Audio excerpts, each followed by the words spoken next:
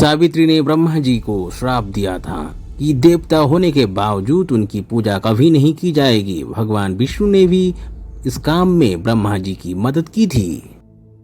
इसीलिए देवी सरस्वती ने विष्णु जी को भी श्राप दिया कि उन्हें पत्नी से विरह का कष्ट सहन करना पड़ेगा। इसी कारण भगवान विष्णु के मानव अवतार श्री राम को 14 साल के वनवास के दौरान अपनी पत्नी से अलग रहना पड़ा था। सावित्री को क्रोधित देख सभी देवताओं ने उनसे श्राप वापस लेने की विनती की, लेकिन दिया हुआ श्राप कभी वापस लिया नहीं जाता। इसीलिए सावित्री ने कहा कि इस धरती पर सिर्फ पुष्कर में ही आपकी पूजा होगी। ब्रह्मा जी को सावित्री ने किस लिए श्राप दिया, जानेंगे अब उसके बारे में। पुराण के अनुसार एक समय धरती पर वज्रनाश नामक एक राक्षस ने उत्पात मचा रखा था।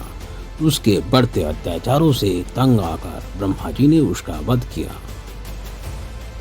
लेकिन वध करते वक्त उनके हाथों से 3 जगहों पर कमल का पुष्प गिरा। इन 3 जगहों पर 3 झीलें बनी। इस घटना के बाद से इस स्थान का नाम पुष्कर पड़ा। यज्ञ करने के लिए ब्रह्मा जी पुष्कर पहुंच गए, लेकिन यहाँ पर उनकी पत्नी सावित्री समय पर पहुंच नहीं पाई। इस यज्ञ को पूरा करने के लिए सावित्री का होना जरूरी था, लेकिन सावित्री जी के नहीं पहुंचने के वजह से उन्होंने गुर्जर समुदाय की एक कन्या गायत्री से विवाह कर लिया और यज्ञ शुरू कर दिया। जब गायत्री यज्ञ स्थल पर पहुंचती है और देखती है कि ब्रह्मा जी दूसरी कन्या के साथ है और वो यज्ञ कर रहे हैं, सावित्री को गुस्सा आया और उन्होंने ब्रह्मा जी को वहां पे ही श्राप दे दिया।